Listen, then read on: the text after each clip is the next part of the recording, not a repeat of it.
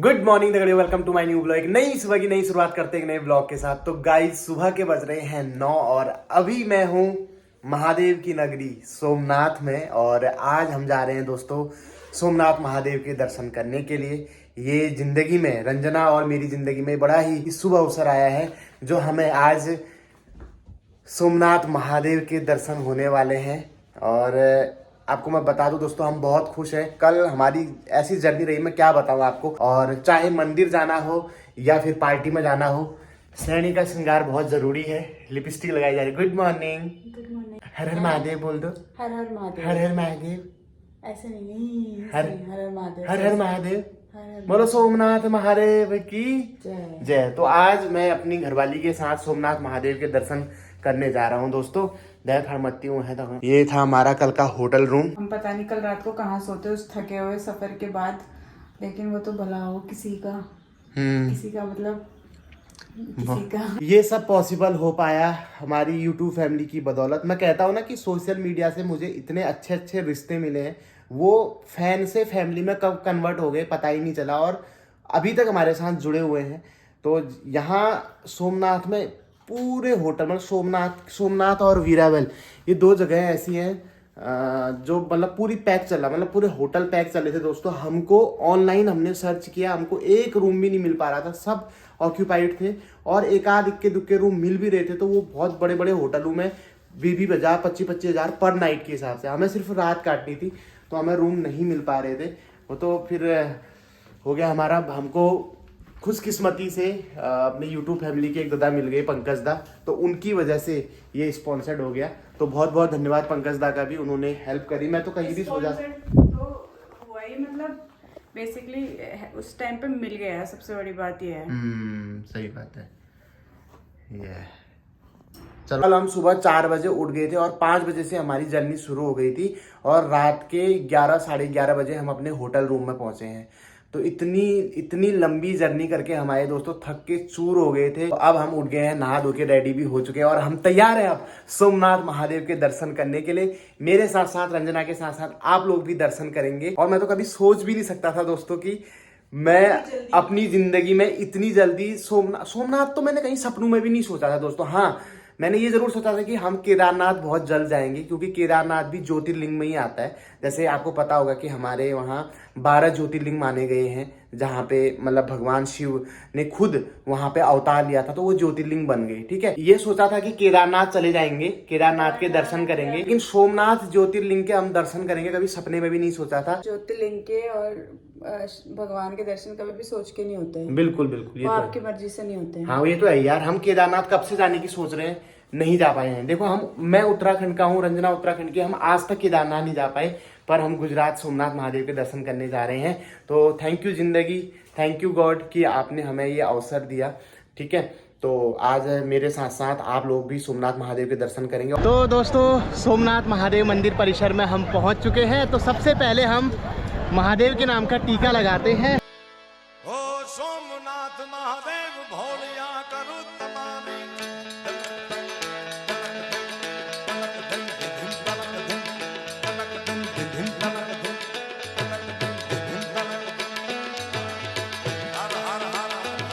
सोमनाथ महादेव की जय। नमः पार्वती पतये हर हर हर महादेव। और अभी हमें एक जानकारी प्राप्त हुई है, अंदर हम मोबाइल नहीं ले जा सकते। जैसे कि अक्षरधाम में होता है, वहाँ पे मोबाइल, बेल्ट, पर्स सब जमा कर लिए जाते हैं। तो सेम वही व्यवस्था यहाँ पर भी है, जो कि अच्छा भी है। और मैं तो कहता हूँ कि केदारनाथ में भी ये होना चाहिए।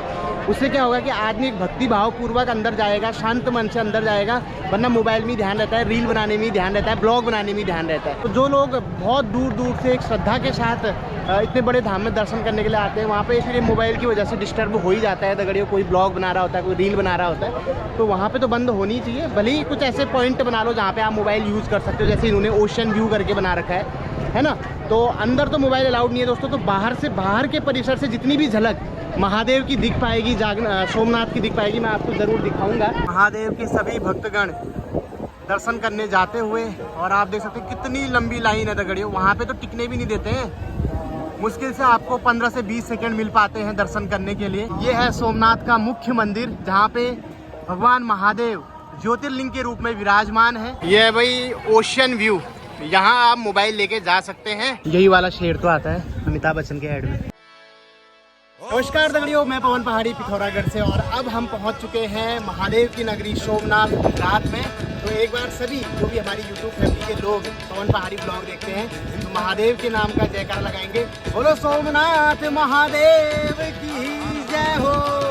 तो दोस्तों मेरे ठीक पीछे आप देख सकते हैं भगवान सोमनाथ महादेव का ये सुंदर मंदिर, बहुत ही प्राचीन मंदिर। हमारे जो शास्त्रों में 12 ज्योतिर्लिंग बताए गए हैं उसमें से पहला ज्योतिर्लिंग, आदि ज्योतिर्लिंग सोमनाथ महादेव को ही माना गया है। तो आज मैं इसके बारे में थोड़ी बहुत जानकारी आपको दूंगा ताकि आप लोग भी इस ज्योतिर्लिंग के बारे में जान सकें और अगर आप भविष्य में कभी यहाँ आएँ घूमने के लिए तो आपको थोड़ी सी हेल्प मिल सके। मेरी अल्प जानकारी के मुताबिक जितना कुछ मैंने पढ़ा है आर्टिकल में, स्टोरी में या किसी के मुँह से सुना है तो उसके अकॉर्डिंग मैं बता रहा हूँ। मैं इसकी वो नहीं करता हूँ, क्या बोलते हैं रंजना, गारंटी नहीं लेता हूँ, ठीक है। अपनी श्रद्धा के हिसाब से जितना मैंने सीखा है पढ़ा है उसके हिसाब से बता रहा हूँ।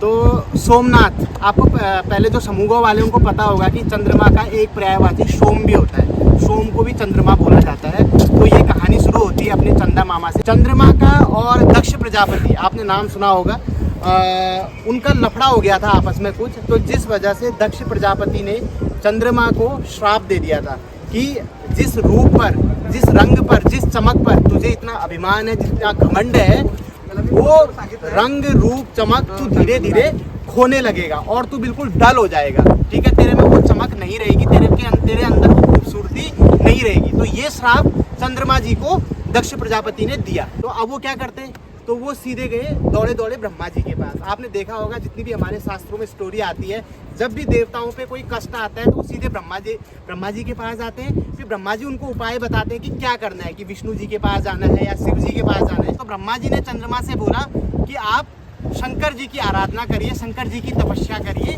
और आपको जरूर वो कुछ बीच का उपाय निकालेंगे। तो तब जाके चंद्रमा ने इन्हीं सागर की तट पर आके तपस्या करी थी। सोमनाथ मंदिर और सोमनाथ धाम जो है वो इसलिए बना हुआ है क्योंकि यहाँ पर शिव जी प्रकट हुए थे चंद्रमा यानी सोम को दक्ष प्रजापति के श्राप से मुक्त करने के लिए। और वहाँ पर शिव जी ने चंद्रमा को बोला था कि भले ही श्राप की वजह से कृष्ण पक्ष में आपकी पावर कम हो जाएगी, बट मेरे वरदान के कारण शुक्ल पक्ष में वो आपकी पावर फिर से दोबारा आपको मिल जाएगी और पूर्णमासी आते फिर से वापस पूर्ण रूप में आ जाओगे। तो शॉर्ट स्टोरी ये है दोस्तों कि सोम की मतलब चंद्रमा की, ठीक है, चंद्रमा को सोम भी कहा जाता है। तो सोम की श्राप मुक्ति के लिए भगवान शंकर यहाँ प्रकट हुए थे, इसी वजह से वो सोमनाथ महादेव कहलाए। ओ सोमनाथ महादेव भोलिया करो तमाने। अपने नंसरान इतिहास में पढ़ा होगा दोस्तों, 7वीं 8वीं में जब हमें गौरवशाली इतिहास पढ़ाई जाती थी और कई बार कॉम्पिटिटिव एग्जाम में क्वेश्चन भी आ जाता कि वो कौन सा शासक था जिसने सोमनाथ मंदिर को 17 बार लूटा था। तो वो था दोस्तों महमूद गजनवी। जी हाँ, महमूद गजनवी ने इसी सोमनाथ मंदिर को 17 बार लूटा था। जर जेवर सोना चांदी सोना चांदी हीरे जवाहरात वगैरह सब थे, तो उसको लूटने के लिए वो आया था। 17 बार लूटा, 17 बार यहाँ पे वो मचाया, तहलका मचाया, मंदिरों को डिस्ट्रॉय किया गया। लेकिन उसके बाद भी वो यहाँ की पहचान, यहाँ की सुंदरता वो नहीं छीन पाया। आज भी सोमनाथ बिल्कुल अडिग है, किसी के लूटने से नहीं लूटा। आज भी अखंड रूप में सोमनाथ यहाँ पे विराजमान है दोस्तों। जी हाँ, तो आज तक आपने किताबों में पढ़ा होगा कि सोमनाथ मंदिर को सन भी बोलते थे यार, कितना था यार वो, हाँ गौरवशाली इतिहास में पढ़ाते थे। महमूद गजनवी ने सोमनाथ पर कब आक्रमण किया? 1026 ईस्वी, अगर मैं गलत नहीं हूँ तो 1026 ईस्वी, यस। तो वो यही मंदिर था, यही सोमनाथ था दोस्तों, जिसपे महमूद गजनवी ने आक्रमण किया था। और इसको 1 नहीं 2 नहीं 3 नहीं 17 बार लूटा गया था। सोचो, हमारे इंडिया को, हमारे भारतवर्ष को सोने की चिड़िया यूं ही नहीं कहा जाता था, एक्चुअल में सोने की चिड़िया थी दोस्तों। इसी वजह से तो 17 बार लूटा गया। आज आप जिस भव्य स्वरूप में आप इसको देख रहे हैं, ये इसका एंटीक रूप नहीं है दोस्तों, इसका जीर्णोद्धार कराया गया है। क्योंकि जो इसका मूल रूप था वो तो तहस नहस कर दिया गया था मुस्लिम आक्रांताओं के द्वारा, जो आक्रमणकारी थे, जो इसको लूटने के लिए आए थे। अभी आप जो इसका मॉडर्न स्वरूप देख रहे हैं, ठीक है, जो अभी ये वर्तमान स्वरूप आप इस मंदिर का देख रहे हैं, वो सन 1951 में पूरा हुआ था दोस्तों। जब भारत आज़ाद हुआ था तो उस समय जो डेप्यूटी प्राइम मिनिस्टर थे सरदार वल्लभ भाई पटेल, लौह पुरुष भी जिनको कहा जाता है, जिनके नाम से स्टैचू ऑफ यूनिटी भी बना हुआ है, तो उनके मार्गदर्शन में ये मंदिर का पुनः जीर्णोद्धार कराया गया। तो आज हम जिस रूप में इस मंदिर को देख पा रहे हैं, ये सन 1951 में बनके तैयार हुआ था। अंदर परिसर में मोबाइल या कैमरा ले जाना अलाउड नहीं है, इसलिए मैं बाहर के परिसर से आपके लिए ये वीडियो बना रहा हूँ। कभी कभी जीके में क्वेश्चन आ जाता है कि सोमनाथ मंदिर किस सागर के किनारे स्थित है या किस नदी के किनारे स्थित है, तो भाई उसका सही उत्तर है अरब सागर। जी हाँ, अरब सागर के तट पर सोमनाथ मंदिर स्थित है। जैसे आगरा ताजमहल यमुना नदी के किनारे स्थित है, वैसे ही सोमनाथ मंदिर अरब सागर के तट पर स्थित है दोस्तों। ये आप देखिए, ये है अरब सागर। आपने भूगोल में पढ़ा होगा, भूगोल की किताबों में आप पढ़ते होंगे अरेबियन सी या अरब सागर। आज देख भी लो पवन पहाड़ी ब्लॉग में, ये है अरब सागर। ये देखिए मिंत्रा का मॉडल यहाँ पे फोटो खिंचा रहा है। ओ सोमनाथ महादेव भोलिया करो तमामी। क्योंकि सरदार वल्लभ भाई पटेल के मार्गदर्शन में इस मंदिर का जीर्णोद्धार हुआ था, तो इसी वजह से सोमनाथ मंदिर परिसर में सरदार वल्लभ भाई पटेल जी का स्टैचू भी बना हुआ है, मूर्ति लगी हुई है, वो भी आप देख सकते हैं। ओ सोमनाथ महादेव भोलिया करो तमामी। सोमनाथ से 2-2.5 किलोमीटर की दूरी पे भालका करके एक जगह है, भालका। अगर आपने महाभारत या भागवत थोड़ा ध्यान से पढ़ी है तो उसमें एक स्टोरी आती है कि कृष्ण भगवान ने कैसे अपने मानव शरीर को त्याग किया था और बैकुंठ धाम को गए थे। तो एक शिकारी ने उन पे बाण मारा था, हिरण समझ के, याद है? उनके पैर के तलवे पे वो बाण लगा था। तो वो जगह भालका ही थी जहाँ पे कृष्ण भगवान ने अपनी मानव देह को त्यागा था और बैकुंठ धाम की ओर वो चले गए थे। तो वो भी एक तीर्थ है जिसको भालका तीर्थ के नाम से भी यहाँ पे जाना जाता है। और यहाँ से 7-8 घंटे की दूरी पे द्वारका है, ठीक है, तो वहाँ के दर्शन भी हम आपको कराएंगे। तो द्वारका भी अपने आप में एक बहुत बड़ा धाम है। और मुझे एक जानकारी और मिली है दोस्तों, 12 ज्योतिर्लिंगों में से 2 ज्योतिर्लिंग तो अपने गुजरात में ही है। एक तो सोमनाथ, जिसके दर्शन मैंने भी कर लिए और आपको भी करा दिए, और एक और है नागेश्वर। नागेश्वर है या नागार्जुन है ऐसे करके, वो द्वारिका के पास में ही है, तो वो भी ज्योतिर्लिंग है दोस्तों। तो बहुत भाग्यशाली है हम कि हमें ये जानकारी मिल गई, और संयोग से हम गुजरात में हैं, छुट्टी भी है, तो हम उसके भी दर्शन कर लेंगे। तो इतनी कम उम्र में 2 ज्योतिर्लिंग के दर्शन का सौभाग्य हमें प्राप्त हो जाएगा। मैं तो यही चाहता हूँ कि बहुत जल्द ईजा बाजू भी अपने ये जो गोरबात से घर गृहस्थी से थोड़ा सा मुक्त हो। पापा प्रणाम। ए पापा, अरब सागर है ये, भूगोल में पढ़ा होगा आपने, अरब सागर है ये, अरब सागर। हाँ, आज हम वहाँ हैं, सोमनाथ मंदिर, सोमनाथ। हाँ, आपको भी दिखा देते हैं थोड़ा सा, ये देखो। तो बुआरी ससुर जी को सोमनाथ मंदिर के दर्शन कराती हुई।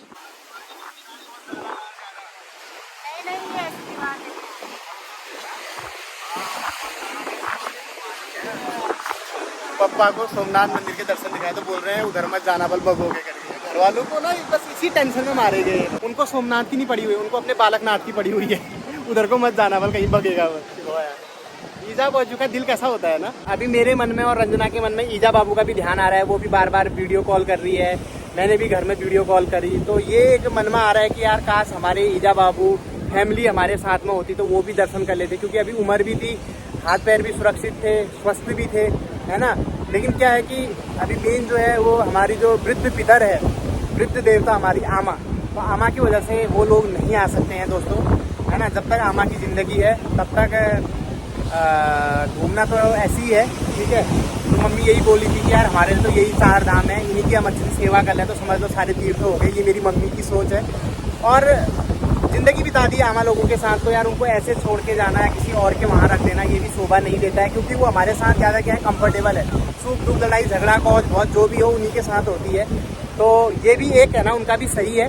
लेकिन भविष्य में जब सब कुछ ठीक ठाक रहा तो ईजा बाजू को भी हम जरूर दर्शन कराने के लिए लाएंगे, ये भी हमारे दिमाग में है। फिलहाल वो भी ब्लॉग के माध्यम से और आप लोग भी ब्लॉग के माध्यम से दर्शन कर लो सोमनाथ महादेव। ओ सोमनाथ महादेव भोलिया करो तमामी।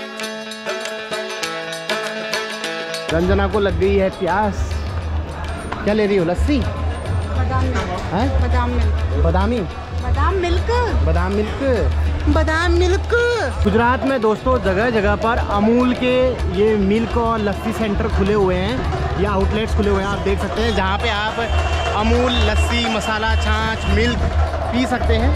और मैं आपको बता दूं, जो अमूल की जो फैक्ट्री है, मिल्क फैक्ट्री है, वो जो मेन फैक्ट्री है जो अमूल की, वो गुजरात में है। और ये जो अमूल फैक्ट्री है दोस्तों, सहकारिता मॉडल पे चलती है। टीवी में ऐड भी आता है, अमूल दूध पीता है इंडिया। आपने कभी जानने की कोशिश करी कि अमूल का पूरा नाम क्या है? मैं बताता हूँ दोस्तों, अमूल का पूरा नाम है आनंद मिल्क यूनियन लिमिटेड। हर हर हर महादेव। अमूल दूध पीती है रंजना।